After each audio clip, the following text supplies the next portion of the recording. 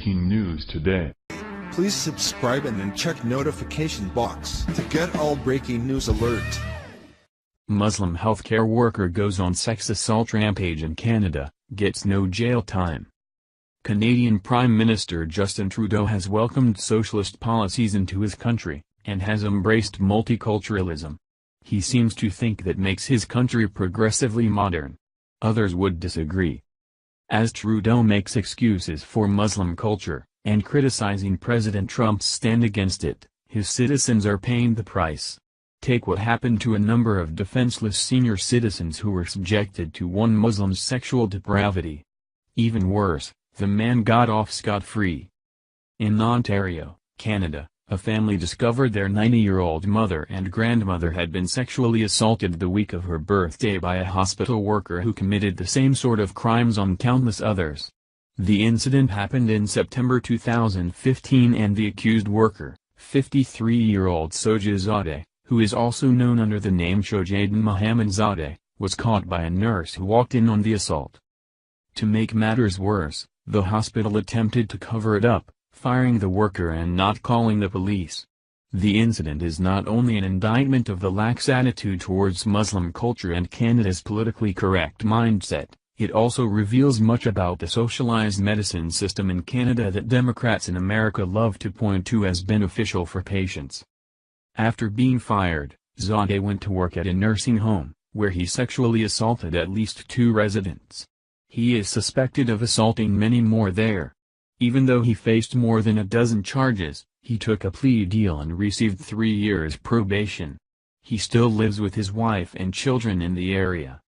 One of the nurses walked in and opened the drape around the bed and saw him being a hospital PSW who is responsible for bathing and changing patients, doing ungodly things to my grandmother, Ran Sheridan, the woman's grandson, said, recalling what officials said. They said it was horrifying and horrible. We won't tell you more. I was sitting there and I said, what did police do? And they said, we didn't call the police, we fired him, Eva Sheridan, Sonia's daughter, said. York Regional Police told Global News the hospital did not report the alleged assault to officers and that the complaint came from the family of another victim.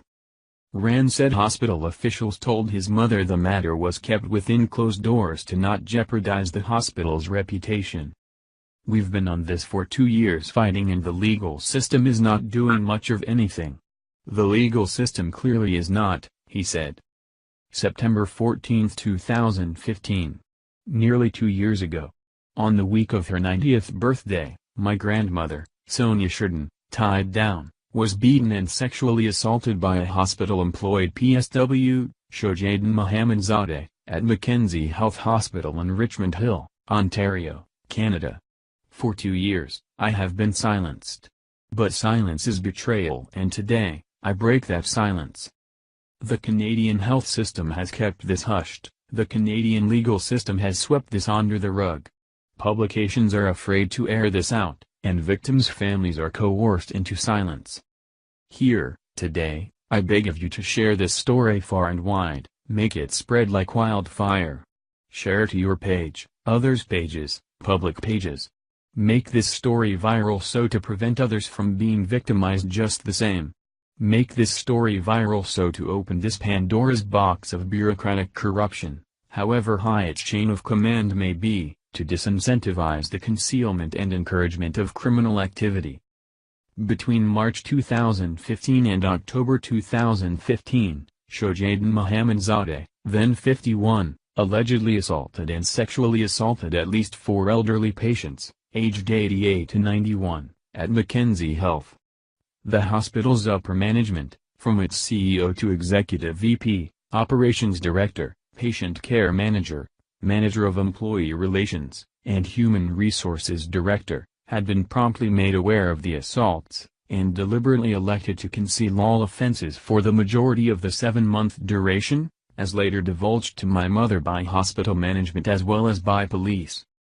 On September 14, 2015, a hospital nurse went in to check on my grandmother, then severely ill with pneumonia, virtually comatose, only kept alive by tubes.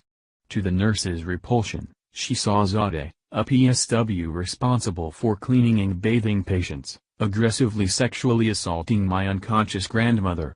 Her hands were strapped to the bed, her lower lip and arms battered and painted every shade from blue to red. The nurse immediately reported this to hospital management, who instructed her to keep silent. By this point, Zadeh had already spent 6 months sexually assaulting hospital patients. Management knew, and explicitly directed its staff to not disclose a thing to police or victims' families, so to protect the hospital's reputation. Zadeh worked for Mackenzie Health Hospital for 17 months.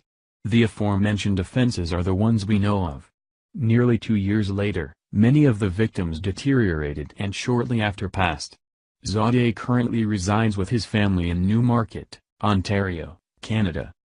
Following his ultimate dismissal from the hospital on October 19, 2015, following a flaccid 2 days in jail, Zadeh was employed by community and home assistance to seniors and proceeded to sexually assault additional women at Hadley Grange, an elderly assisted living facility in Aurora, Ontario. Zadeh also sexually assaulted an elderly man at the victim's own home while serving as a PSW for We Care Home Health Services. In January of 2016, already weaker and ill with another devastating bout of pneumonia, my grandmother was rushed by her nursing home back to the neighboring Mackenzie Health. Following weeks on life support, of treatment and recovery, she was returned to the comforts of her nursing home, thin as a rail, psychologically devastated, again with arms painted all shades of hell. On May 31, 2017, Zadeh's charges were discounted on a sweetheart deal from 15, including 13 of sexual assault, to 1. His intended trial of 5 weeks. Closed. All victim and family testimonies, dismissed without notice. All sexual assault charges expunged as though never existed. The reasoning? Insufficient evidence. But wait, do testimonies not equate to evidence? The court ordered the investigation to immediately close, and knowingly let a serial criminal on the loose. On August 1, 2017, my mother, fiancé and I met with the Crown Attorney at the Ontario Superior Court of Justice. We sought clarification for the criminal verdict. The Crown, satanically cold, conceited, calculated, venomously acknowledged said crimes with ease and an unapologetic smirk. He admitted to the number of offenses and sexual nature of the attacks, shamelessly recognized that Zadeh is a danger to the public presently and in the future, repeatedly stressed we must accept this as how the system works, and that the case is incontestably closed. Nearly 2 years later, my family has endured an unspeakable toll. The other families too. Scarred for life. My mother? A shadow of her former self. My grandmother? Dead. Abuse exists because of secrecy. The abuser didn't protect you, so why should you protect the abuser? One's silence is another's suffering. To be silent is to be an accomplice. It is my objective to use this platform, among others, to break that silence. If you are a major print or online publication, news outlet, television talk show, media personality, advocacy group, elderly or women's advocacy group, integrity campaigner, or a spokesperson of sorts, please do not hesitate to reach out. This synopsis message is where a public revolution for change commences. Do you want to be a part of that change? Thank you for watching this video. What do you think about this? Share this on Facebook and Twitter along with your comments.